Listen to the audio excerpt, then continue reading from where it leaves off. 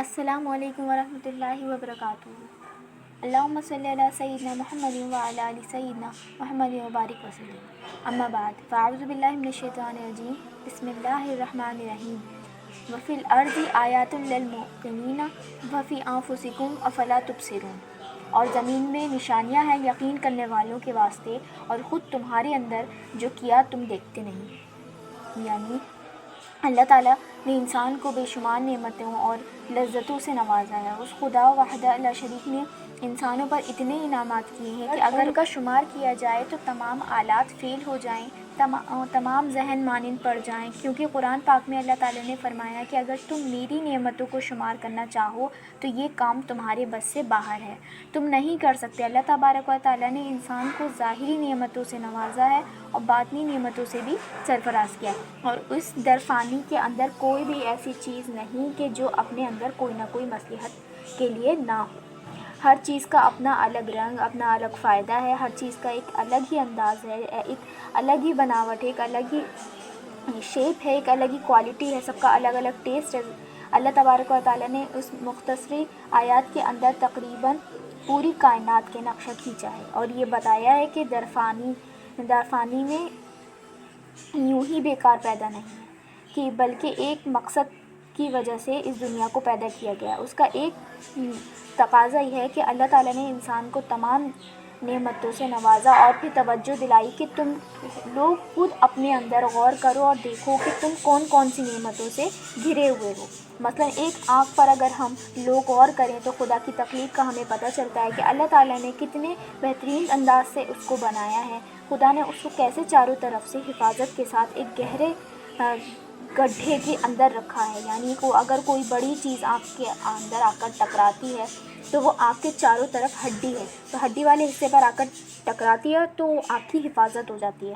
بہت کم ایسا ہوتا ہے کہ کوئی چیز سیدھے ڈائریکٹلی آ کر ہماری آنکھ کے اوپر لگ جائے۔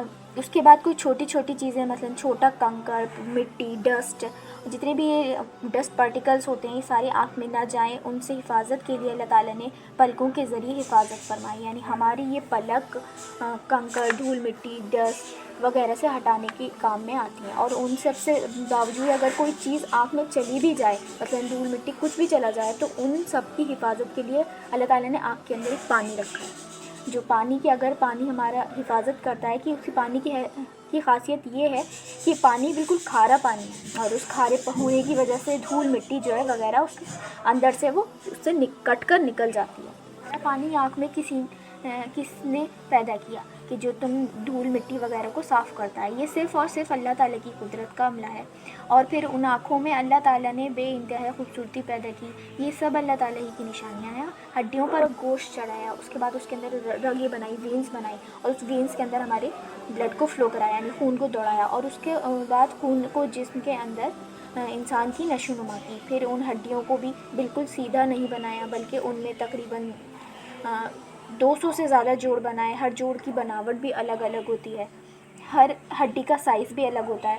ہم دنیا کا جائزہ لیں تو خدا کی تخلیق کا پتہ چلتا ہے کہ یہ کسی نہ کسی بڑی ذات کا کام ہے۔ مطلب ہم لوگ کسی کارخانے وغیرہ کسی فیکٹری میں جائیں تو دیکھیں گے کہ کس طرح سے چیزوں کو بنایا جاتا ہے۔ پہلے کسی چیز کو جب ہم بنانا ہوتا ہے تو اسکیچ بناتے ہیں، اسکیچ بنانے کے بعد اس کے مطابق ہم اپنی چیز کو دیکھتے ہیں کہ ہم اس کے حساب سے اس کا نقشہ تیار کرتے ہیں۔ اس کے بعد لیکن اللہ تعالیٰ کی تبارک و تعالیٰ کی قدرت دیکھیے کہ کس طرح اللہ تعالیٰ تخلیق کرتے ہیں، کہ مطلب ایک پھل ہے، اگر اس پر غور کریں تو یہ پتہ چلتا ہے کہ اللہ تعالیٰ کتنی خوبصورتی سے کسی چیز کو پیدا کرنے والے ہیں۔ جیسے کہ کیلا، کہ اس کی تخلیق دیکھیں کہ پہلے اس کو پیک کر دیا، اب اس کے اندر ہی اندر بنا رہے ہیں، نہ کوئی اس میں کیمیکل ہے، نہ کوئی مشین ہے، نہ جو اس کو صاف کرے، نہ اس کے اندر کوئی کلر ڈالنے والا ہے، نہ اس کے اندر کوئی مٹھاس ڈالنے والا ہے جو باہر بیٹھ کر یہ سب کام کرے، بلکہ یہ تو اللہ تعالیٰ کی ذات ہے جو اندر ہی اندر بنا رہی ہے، رنگ، اس میں خوشبو، اس میں ٹیسٹ، سب کچھ کر رہی ہے۔ یہ سب خدا کی قدرت ہے۔ اب اس کی بناوٹ کے ساتھ ساتھ اس کا باہری حصہ بھی بڑا ہو رہا ہے، اس کا سائز پہلے چھوٹا ہوتا ہے، بیج ہوتا ہے، اس کے بعد وہ بڑا ہو جاتا ہے۔ اسی طرح الگ الگ پھلوں کو بنایا۔ اسی طرح اگر اس دنیا میں غور کریں تب بھی خدا کی تخلیق کا نمونہ سامنے آتا ہے۔ رات کا آنا، دن کا جانا، صبح کا شام میں بدلنا، شام کا صبح میں بدلنا، یہ سب ایک اللہ تعالیٰ کا پیغام ہے۔ اپنے مالک کو پہچانو، اس کی حمد و ثنا کرو، اس کی تعریف کرو، اس کی بڑائی کرو۔ یہ بجلیوں کا کڑکنا، یہ بادلوں کا گرجنا، یہ پیغام ہے کہ گرجتا ہوا بادل کچھ کہہ کر گیا ہے، کہ بڑے بڑے پہاڑ کچھ بتا رہے ہیں، کہ ندیوں کا بہنا بھی کچھ بتا رہا ہے، یہ دریوں کا بہنا بھی کچھ پیغام دے رہا ہے۔ بڑے بڑے سمندروں کے اندر ہزار لاکھوں قسم کی مخلوقوں کو کس نے پیدا کیا؟ یہ سب خدا کی تخلیق ہے۔ اور انسانوں کے نام ایک پیغام ہے کہ اس خدا کی عبادت کرو، اس کی بڑائی بیان کرو، اس کی بولی بولو، اس کی حمد و ثنا کرو، کہ جو تم کو ایک کے بدلے 70 سے زیادہ دیتا ہے۔ وہ یکتا ہے، واحد ہے، لافانی ہے، لامحدود ہے، اور اس کے برابر کوئی اور ہو نہیں سکتا۔ وہی ہے جس نے اڑنے والی چڑیوں کو، چرنے والے جانوروں کو، پھاڑ کھانے والی ہر طرح کی مخلوق کو پیدا کیا۔ اس کی نعمت بے شمار، احسانات بے شمار، انعامات بے شمار ہیں۔ اگر ساری دنیا کے پیڑوں کو قلم بنا لیا جائے اور سارے سمندر کو سیاہی بنا لی جائے، تو خدا کی تخلیق کو لکھا جائے، اس کے احسانات اور انعامات کو شمار کیا جائے، تو یہ سارے قلم ختم ہو جائیں گے، یہ سیاہی ختم ہو جائے گی، لیکن اللہ تعالیٰ کی حمد و ثنا بیان نہیں ہو سکتی۔ اس کی تعریف ختم ہونے والی نہیں ہے، اس کے احسانات ختم ہونے والے نہیں ہیں، لیکن آج ہمارا معاشرہ ان نعمتوں کا شکر کرنا تو دور، فرائض تک سے محروم ہے۔ بیجا فرائض چھوڑے جا رہے ہیں، حقوق کو پامال کیا جا رہا ہے، ایک دوسرے کی جان کے دشمن ہیں، ایک دوسرے کے خون کے پیاسے ہیں۔ حد تو یہ ہے کہ ماں باپ کا کوئی احترام باقی نہیں رہتا، پڑوس کا کچھ پتہ نہیں، چھوٹے بڑے کا کوئی احترام نہیں۔ زمانہ جاہلیت کی طرح بچوں کو مادر رحم میں قتل کیا جا رہا ہے۔ یہ کون سا دین ہے؟ اس کی اسلام میں کس نے اجازت دی ہے؟ یہ نہ دین ہے نہ انسانیت ہے۔ اس کی اجازت دیتی ہے کہ بلکہ حیوانیت اور جانوروں سے بھی بدترین زندگی ہے۔ دین کو آج اپنی اپنی خواہشات کے مطابق بنا لیا۔ آج دین کا نام خواہشات ہو گیا۔ آج حال یہ ہے کہ جو ہمیں اچھا لگ رہا ہے بس وہی دین ہو، اس کے علاوہ کچھ دین کا نام کچھ بھی دین نہیں ہے۔ یہ صرف اور صرف خدا کے دین کا گلا گھونٹنا ہے۔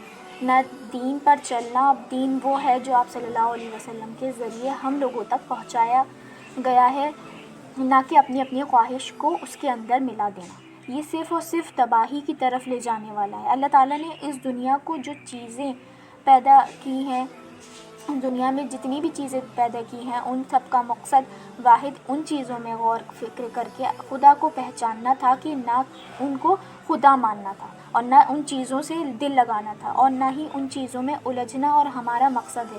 خدا نے ان چیزوں کو ہمارے لیے پیدا کیا تھا، اور ہم لوگوں کو اپنی عبادت کے لیے پیدا کیا تھا۔ کل جب قیامت کا دن ہوگا تو ہمارے نام اعمال پیش کیے جائیں گے، تو اللہ تعالیٰ فرمائیں گے کہ جن لوگوں نے میری عبادت کی وہ مجھ سے بدلہ لے لیں، اور جن لوگوں نے اپنی خواہشات کو دین سمجھا، عبادت کی، تو وہ اپنے لوگوں سے بدلہ لیں جن کے لیے انہوں نے عبادت کی۔ تب ہمارا کیا حال ہوگا؟ ایک بات اور جو ہمیشہ یاد رکھنے کے قابل ہے کہ وہ یہ ہے کہ خدا کے دربار میں اعمال کا بگاڑ تو چل سکتا ہے، یعنی اعمال ہمارے کم زیادہ ہوں وہ چل سکتے ہیں، لیکن عقائد کا بگاڑ نہیں چل سکتا، ہمارے عقیدے کا بگاڑ نہیں چل سکتا، کیونکہ کبھی کبھی کھوٹا سکہ بھی بازار میں چل جاتا ہے، لیکن جب کرنسی ہی بدل جائے تو پھر کوئی بھی دکاندار اس کو قبول نہیں کرتا۔ جب عقیدہ کا بگاڑ لے کر خدا کے دربار میں پہنچیں گے، اپنے عقیدے کو خراب کر کے اللہ کے پاس پہنچیں گے، تو پھر اچھے بدلے کی امید رکھنا بیکار ہے، کیونکہ برتن میں وہی چیز ٹپکتی ہے جو اس میں ہوتی ہے، لیکن جب برتن ہی خالی ہو تو اس میں سے کوئی اور چیز ٹپکے گی۔ اسی لیے ہم لوگ عقائد کو، اپنے عقیدے کو سب سے پہلے درست کریں، اور خدا کی بتائی ہوئی چیزوں میں غور و فکر کریں، خدا کی تخلیق کا اندازہ لگائیں کہ وہ خدائے واحد لا شریک ہے، ہم سے کیا چاہتا ہے۔ خدا نے ہمارے طرح طرح سے مدد کی، ہر موسم کے اعتبار سے ہم کو نوازا، لیکن لوگ اس سے اتنے ہی دور ہوتے جا رہے ہیں۔ وہ بلا رہا ہے، ہم نہ کوئی اس کی سنتے ہیں، ہم صرف موسیقی میں مشغول رہے، دنیا کے رنگ ریلیوں ہم پر چھا گئیں، ایک دوسرے سے مال و دولت کے بڑھانے میں ساری زندگی صرف کر دی، اپنی جان کا، مال کا، سب کا استعمال صرف اور صرف دنیا پر خرچ کر دیا، وہ دنیا کی جو خدا کے نزدیک ایک مچھر کے پر کے برابر بھی حیثیت نہیں رکھتی۔ جس کا سب سے بہترین مشروب شہد اور سب سے بہترین لباس ریشم ہے، اور دونوں ہی ایک کیڑے کے تھوک ہے، تو جب ان کی کوئی حیثیت ہی نہیں ہے تو پھر یہ دنیا کیا ہے؟ یہاں تو صرف خدا کو پہچاننے کے لیے ہمیں بھیجا گیا ہے۔